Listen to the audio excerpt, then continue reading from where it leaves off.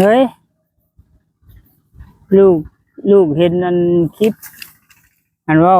ปีนหลังใช่เดียวมันอยากให้พ่อแม่เบิ่งบัดคาที่พ่อแม่นอนใกล้เดียวมานอนกลาง เป็นว่าใดบอกมันได้แล้วบาดนี้เด้คลิปได้ลูกจ้ะ เพิ่นบอกว่าใด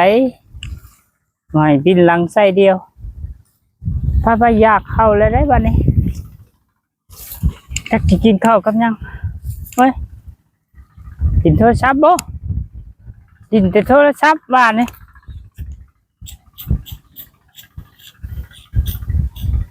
เกี่ยวเข้าแล้วก็ลิ้นโทรศัพท์ไปเมื่อยจักทีเนาะไปเกี่ยวอีกแน่สมตุ้ยแล้วเรามาอย่าอืมโอ้ยเดี๋ยวออนไลน์นำโทรศัพท์นี่อยากลิ้นนี่เจ้าเด้ซะนะคนไปเรียนกินเทื่อละข้าวพักผ่อนละ เมนูไปแล้วบ้าน เมนูยังเมนูอาหารบ่ก็เฮ็ดเพียงกินนั่นก็เฮ็ดเพียงกินนั่นตำหมักแตงแล้วก็ต้มกบเจ้าไปใส่แล้วคืนนี่แล้วได้4 โตกบเจ้าไปใส่นั่นโตฮาวนี่น่ะไปลงไปยามโน่นนั่น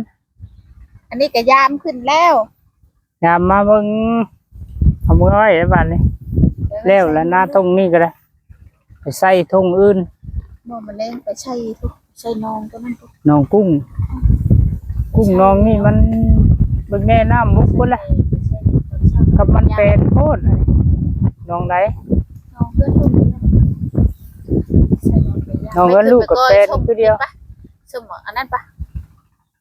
สุ่มเวียงก็อยากสุ่มมะขามสุ่มหม้อนะแม่นแหละบุญยังบ่อยากได้เข้านั่นอยากสุ่มพูนเดียวนี้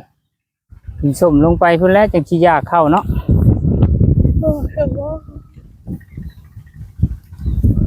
มันตรงนี้